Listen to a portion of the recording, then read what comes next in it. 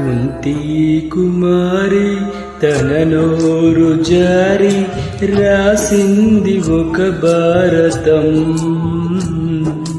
కన్యాకుమారి తన కాలు జారి చేసింది నా జీవితం. క్షణకాల పాపం కనుమాయ చేసి తన పేగు తెంచిందిరా. లోకాల పుట్టే ఆ మురికి తొట్టే నన్ను కన్న కడుపాయరా. కుంతి కుమారి తన నోరు జారి రాసింది ఒక భారతం.